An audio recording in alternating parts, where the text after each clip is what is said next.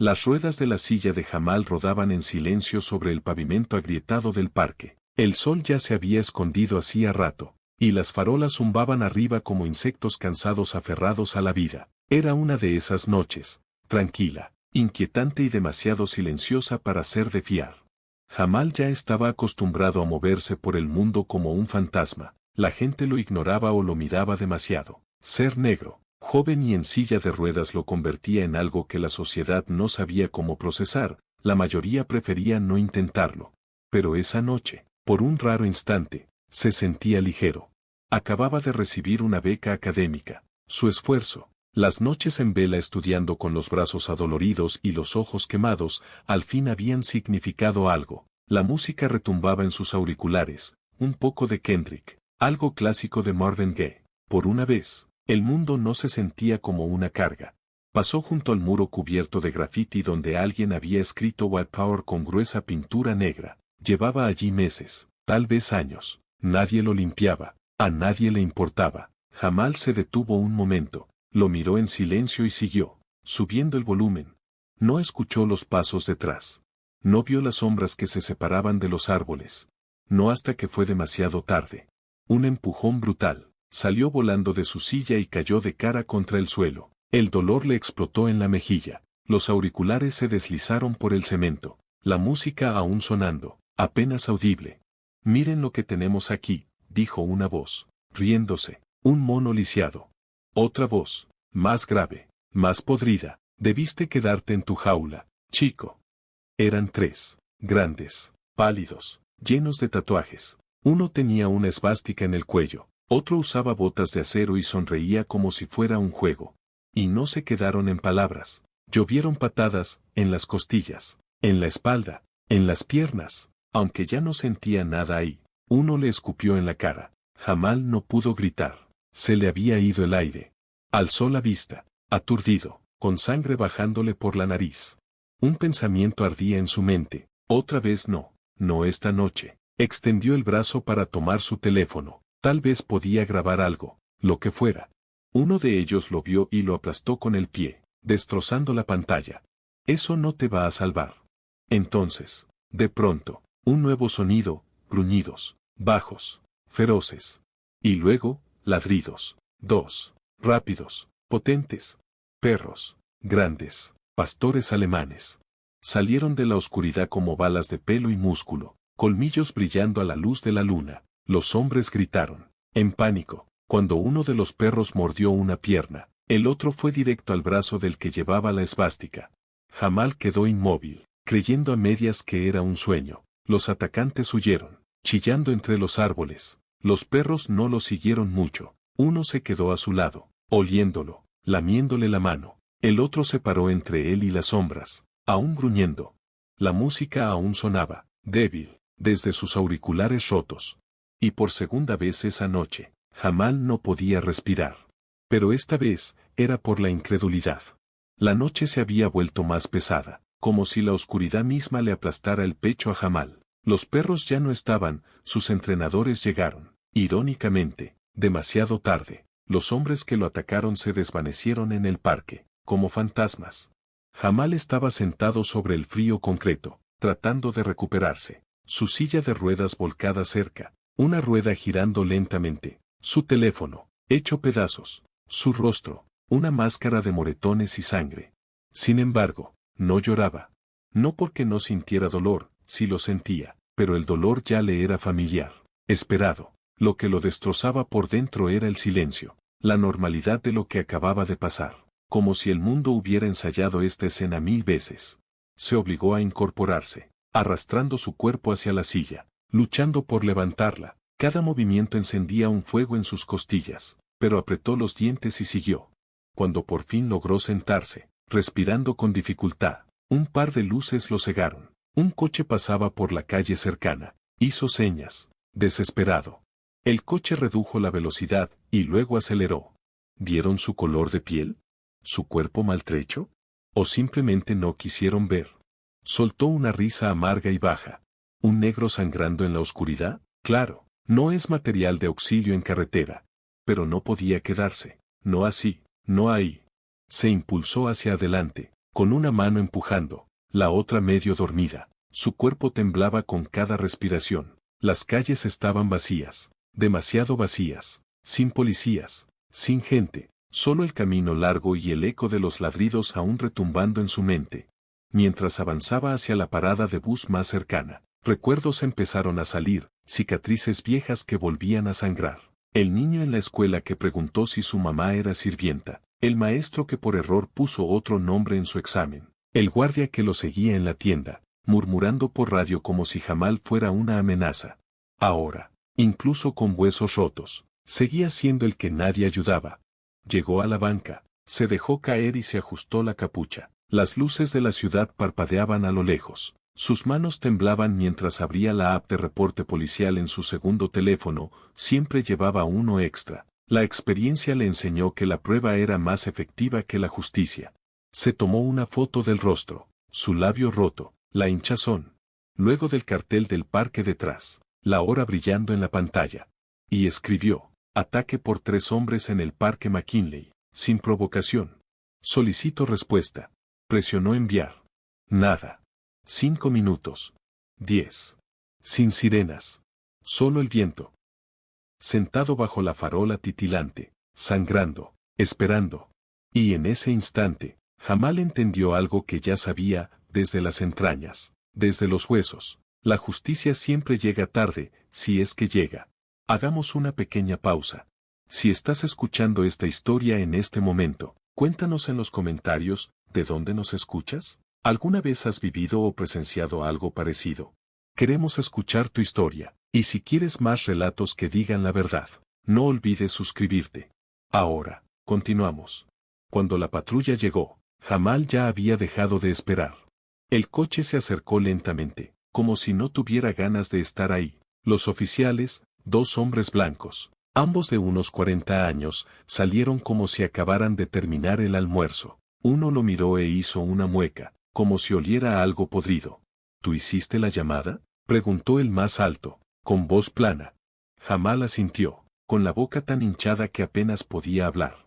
Me atacaron, 3 hombres blancos, por allá, dijo, señalando con la barbilla hacia las sombras. El más bajo miró alrededor, sin interés. No vimos a nadie en camino. Huyeron, dijo Jamal. Había perros. K9. Me salvaron. Mírenme, ¿crees que estoy inventando esto? Había sangre en su sudadera, manchas oscuras en los pantalones, los nudillos pelados, la huella de una bota marcada en su costado, pero los oficiales no se acercaron. ¿Sabes?, dijo al fin el alto, este barrio ha tenido problemas con pandillas. ¿Estás seguro de que no fue una venganza? ¿Algo de drogas? Jamal parpadeó. ¿Qué? Yo no vendo, ¿de qué estás hablando? Tranquilo, dijo el bajo, garabateando algo en una libreta. Solo hacemos nuestro trabajo. No, lo que están haciendo es asumir cosas, soltó Jamal, sintiendo como el dolor en sus costillas crecía con cada palabra. Ni siquiera me están escuchando. Mírenme, estoy en silla de ruedas. ¿Creen que yo comencé esto? El alto soltó una risa por lo bajo. He visto cosas más raras, chico. Algo se quebró dentro de Jamal. No sus huesos, esos ya estaban rotos. Algo más profundo, algo humano. Los miró directo a los ojos, y por primera vez en la noche, no con miedo, sino con desafío. ¿Van a ayudarme o no? Una pausa. Luego el bajo suspiró. Vamos a hacer un reporte, tendrás un número de caso. Si alguien vio algo, quizás te llamemos. Las palabras le cayeron como otro golpe. Un quizás. Un papel. Nada. Los vio regresar al coche, con las radios emitiendo estática. No preguntaron si había testigos. No tomaron fotos. No llamaron a emergencias. Cuando se alejaron, las luces traseras se perdieron en la oscuridad. Jamal volvió a estar solo. Tocó su labio. Sangre. Aún fresca. Aún real. Y fue entonces cuando lo entendió. El sistema no estaba roto. Fue hecho así. Jamal no durmió esa noche. De vuelta en su pequeño apartamento, cada parte de su cuerpo gritaba de dolor. Pero lo que más dolía era el silencio. El apartamento estaba frío. La calefacción apenas funcionaba. Los analgésicos en el gabinete estaban vencidos. El espejo le devolvía la imagen de alguien que apenas reconocía, hinchado, golpeado, derrotado. Intentó limpiar la sangre de su rostro, pero seguía saliendo. De la nariz, del labio partido.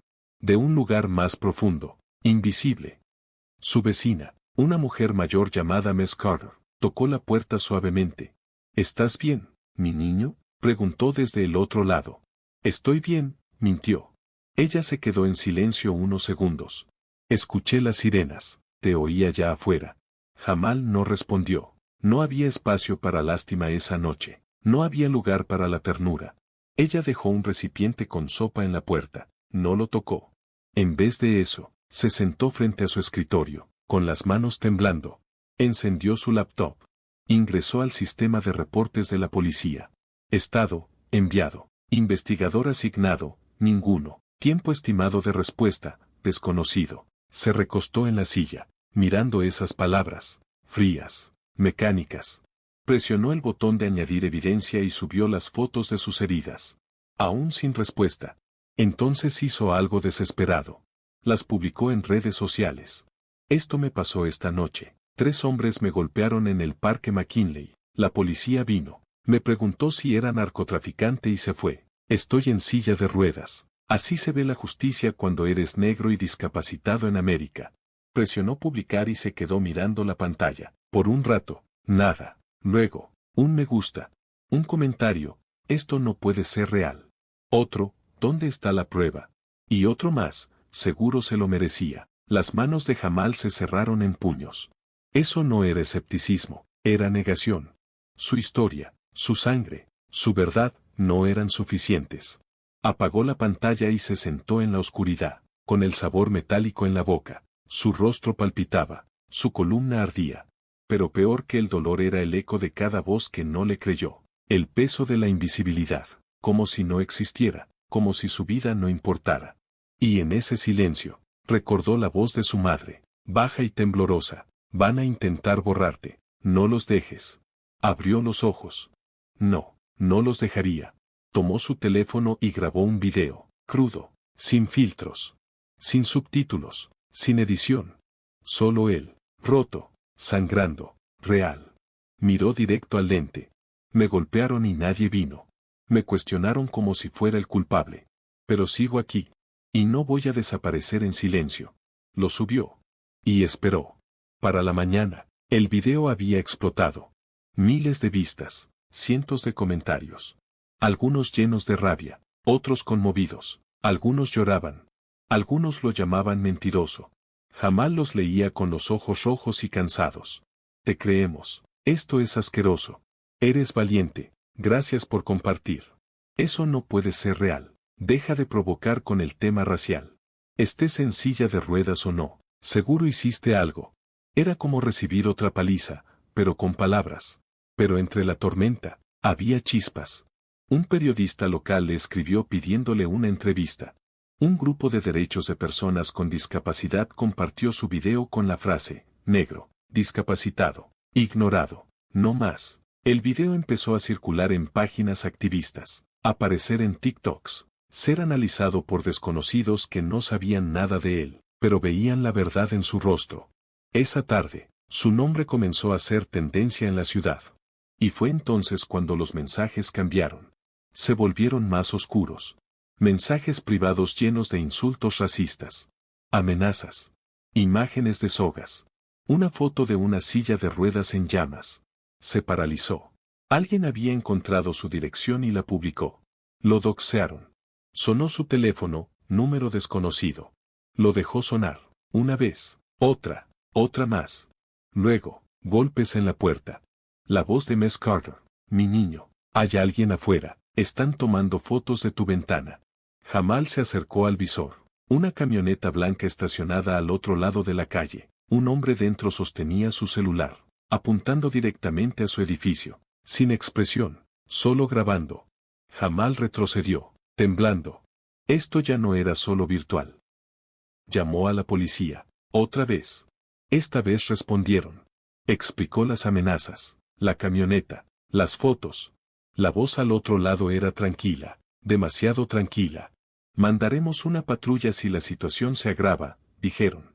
Si se agrava. Clic.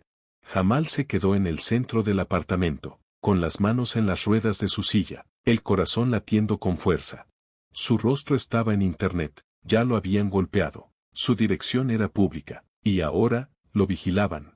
Pero una parte de él, la misma que grabó el video, no quería callar. Abrió el teléfono, encendió la cámara otra vez. Esto es lo que pasa cuando dices la verdad. Quieren que tengas miedo, pero no voy a desaparecer. El ruido a su alrededor era cada vez más fuerte. Pero él también. 2 días después de que el video se volviera viral, alguien llamó a la puerta de Jamal. No era una amenaza, no era la policía. Una mujer estaba allí, joven, negra, con mirada firme bajo una sudadera con capucha.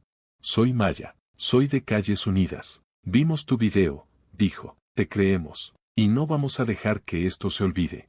Detrás de ella había 2 personas más, con carpetas en las manos, usando camisetas con puños sobre sillas de ruedas. Jamal los miró, sin saber si era real. Maya continuó, estamos organizando una protesta, no solo por ti, por cada voz que han tratado de callar, pero necesitamos que hables. Él dudó. Su cuerpo aún dolía, las manos le temblaban, pero su voz era más fuerte ahora. Lo haré, dijo. Ese sábado, el parque donde lo golpearon se llenó de gente. Carteles, cánticos, cámaras. Personas de todas las edades, negras, discapacitadas, latinas, blancas. No venían solo por Jamal, venían por ellos mismos, por sus hijos, hijas, vecinos. Jamal subió a un pequeño escenario improvisado. Miró hacia ese mar de rostros. No estaba acostumbrado a ser visto así, con poder. Escuchado. Tomó el micrófono. Su voz temblaba al principio. Solo intentaba llegar a casa. Se detuvo.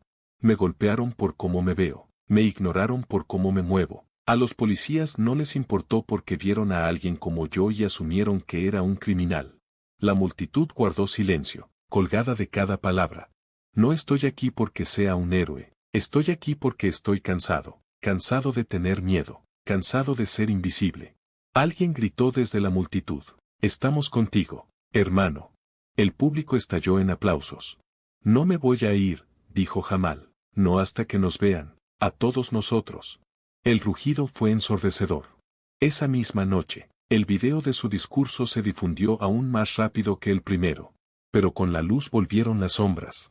Un hombre con la cabeza rapada y un tatuaje de esvástica publicó un video llamando a Jamal una amenaza pública. Tenía cientos de seguidores. Un noticiero sacó un segmento titulado, ¿Protesta o provocación? El discapacitado detrás del levantamiento. La presión aumentaba. Jamal se sentó en su cama, el teléfono vibrando sin parar. Ya no era invisible, pero ahora, el mundo lo observaba, y no todo el mundo era amable. Susurró para sí mismo. Solo quería sobrevivir, pero sobrevivir se había transformado en otra cosa. Ya no era solo Jamal. Era un movimiento. Las protestas crecían en intensidad, en frecuencia. Lo que había comenzado como un acto de desafío por parte de Jamal se había convertido en un movimiento, uno que abarcaba la ciudad y alcanzaba todo el país. Su rostro estaba en carteles publicitarios. Su historia era un titular. Pero con la atención vino el odio.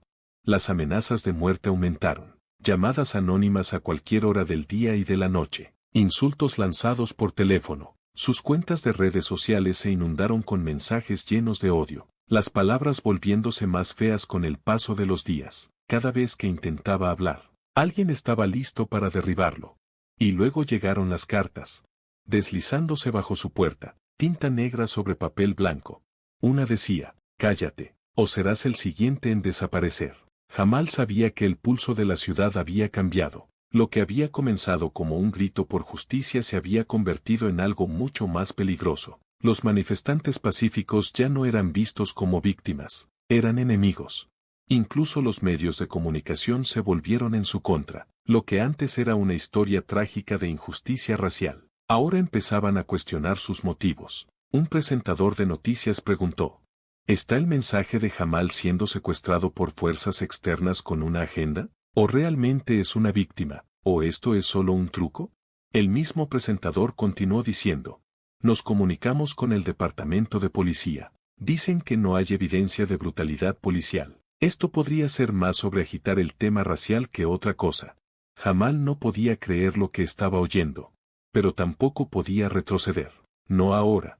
Se sentó en su sofá, desplazándose por su teléfono, el peso de todo lo que pasaba presionando sobre él. Maya llamó, preguntando cómo estaba. La línea estaba llena de ruido, pero apenas la escuchaba. Su cabeza daba vueltas. No puedo más, susurró al teléfono.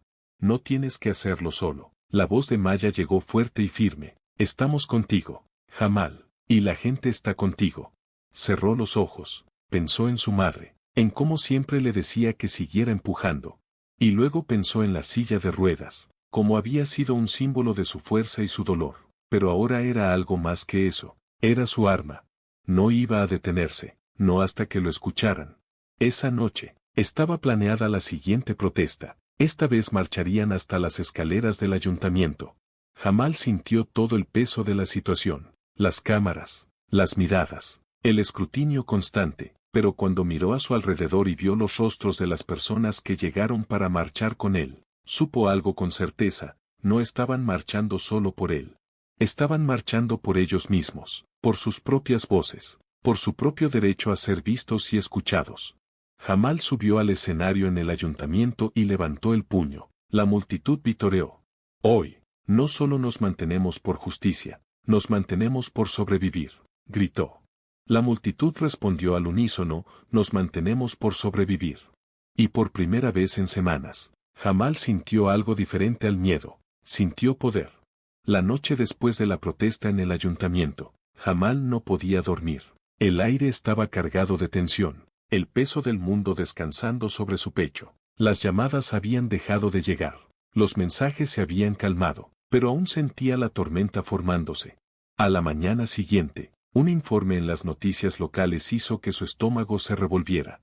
La protesta de anoche en el ayuntamiento fue recibida con enfrentamientos violentos. La policía afirma que se vieron obligados a dispersar a la multitud después de que los manifestantes comenzaran a lanzar piedras y botellas. Se hicieron varios arrestos, pero fuentes dicen que las protestas fueron en su mayoría pacíficas hasta que algunos agitadores externos se unieron. Jamal miró la pantalla. ¿Agitadores externos?, murmuró. Estaban tratando de pintarlo como el villano. Las protestas habían sido pacíficas, la policía las había escalado.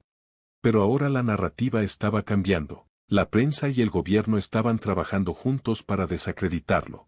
Se sentó en su apartamento, con Maa frente a él. Tenemos que adelantarnos a esto, dijo ella, su voz firme y calmada. No podemos dejar que conviertan la historia en un motín. Jamal asintió. ¿Qué hacemos?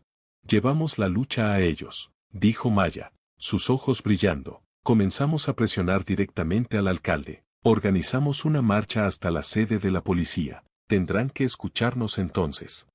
Jamal sintió una chispa de resolución, pero rápidamente fue seguida por la duda. Esto se está poniendo peligroso. No quiero que alguien más resulte herido por mi culpa. Maya negó con la cabeza. Esto ya no se trata solo de ti, Jamal. Te has convertido en el símbolo. La gente está arriesgando todo para estar aquí contigo. Les debes seguir luchando.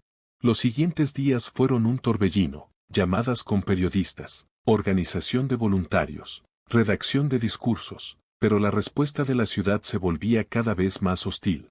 Trataron de bloquear la marcha. El Consejo Municipal negó el permiso, alegando que causaría demasiada disrupción, pero Jamal y sus seguidores no se echaron atrás.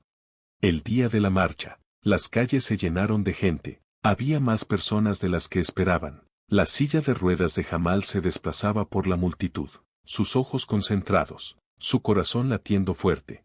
Pero a medida que se acercaban a la sede de la policía, la tensión era palpable. El equipo antidisturbios llenaba las calles. Los oficiales estaban de pie, escudos levantados, porras listas.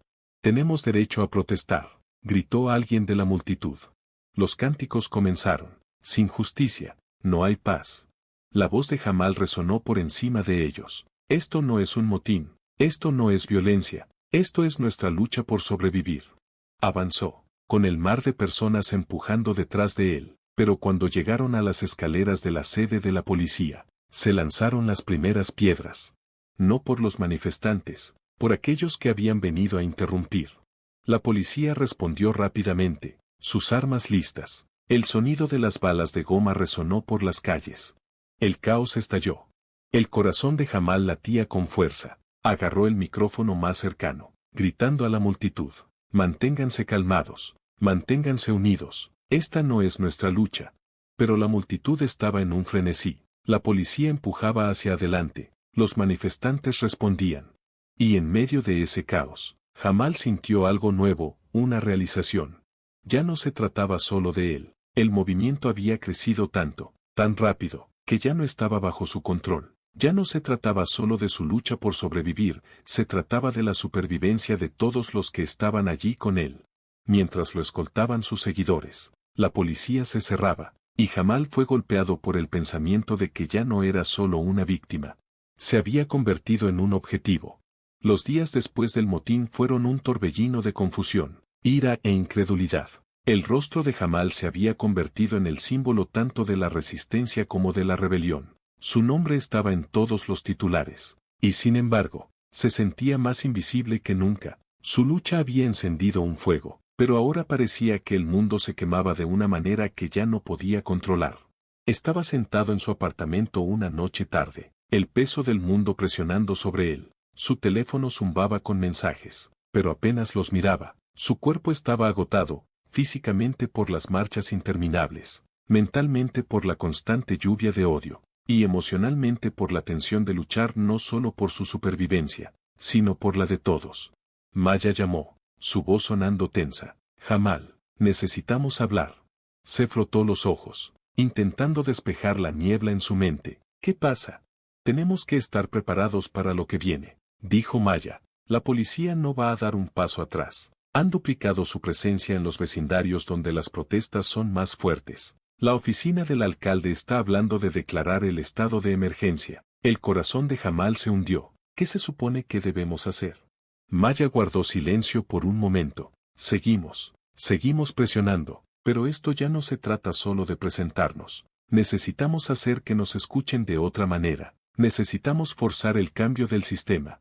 Jamal cerró los ojos. Ya no se trataba solo de protestar, se trataba de sobrevivir. Su supervivencia, la supervivencia de su comunidad. Necesitamos un plan, dijo, su voz firme a pesar de la tormenta que rugía dentro de él. Los siguientes días se pasaron planeando. Maya había reunido a los líderes de la comunidad, conseguido recursos y organizado voluntarios. Taro Yamo sentía que la presión aumentaba con cada hora que pasaba.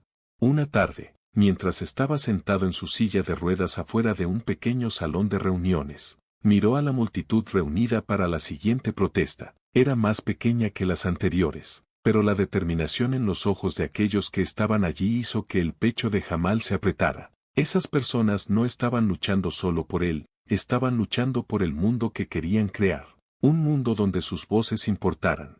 No puedo detenerme ahora, susurró para sí mismo, mirando alrededor. No después de todo lo que ha pasado, no después de lo que nos han hecho. Miró hacia su silla. Lo que alguna vez había sido un símbolo de sus limitaciones ahora se había convertido en un símbolo de su desafío. Ya no estaba solo en una silla de ruedas, era una fuerza a tener en cuenta. La marcha fue tranquila, pero la multitud estaba decidida. Se dirigieron nuevamente hacia las escaleras del ayuntamiento, los cánticos familiares resonando por las calles, pero cuando llegaron a las puertas, la policía estaba esperando, una línea sólida de oficiales bloqueando el camino. Retrocedan, gritó un oficial. El corazón de Jamal comenzó a latir con fuerza. No quería que esto se convirtiera en otra pelea. No quería que nadie más resultara herido. No nos movemos, gritó Maya. La mano de Jamal tembló mientras agarraba las ruedas de su silla. Avanzó, sus ojos fijos en la línea de oficiales al frente. La multitud lo siguió, paso a paso, hasta que se encontraron cara a cara con la policía. Tenemos derecho a ser escuchados, dijo Jamal, su voz resonando sobre la tensión, y no nos detendremos hasta que nos escuchen. Por un momento, hubo silencio, nadie se movió. Entonces, un oficial dio un paso adelante, bajando su escudo. No queremos que esto escale, dijo. Los ojos de Jamal se clavaron en los de él. Entonces tienen que estar con nosotros, estar por nosotros, porque no nos vamos a detener hasta que el mundo nos vea. El oficial dudó, y luego, para sorpresa de Jamal, asintió. El aire estaba cargado de incertidumbre, pero por primera vez en mucho tiempo, Jamal sintió un atisbo de esperanza. Tal vez, solo tal vez, podían atravesar los muros con los que se habían encontrado durante tanto tiempo. Los días que siguieron fueron un torbellino de emociones, alivio, esperanza y una sensación abrumadora de agotamiento. La decisión del oficial de bajar su escudo había hecho la diferencia. Había causado una onda, un cambio en la forma en que la ciudad veía el movimiento de Jamal. No era el fin de la lucha, pero sí el comienzo de algo nuevo. Jamal estaba sentado en una pequeña sala del ayuntamiento, rodeado de líderes comunitarios, activistas y periodistas. Su corazón seguía latiendo fuerte por las protestas, pero ahora había algo diferente en el aire. Era una determinación tranquila. El alcalde había aceptado reunirse con él, lo cual era un primer paso en los largos meses de lucha. Jamal había llegado a comprender que su batalla no solo era contra la policía o el sistema, sino contra la complacencia de los que estaban en el poder. Ya no solo luchaba por justicia, luchaba por reconocimiento. La reunión comenzó lentamente. El alcalde sentado al frente de la mesa, con una expresión imperturbable. Jamal estaba enfrente de él, su silla de ruedas posicionada estratégicamente, sus ojos nunca dejando al hombre que lo había ignorado durante tanto tiempo.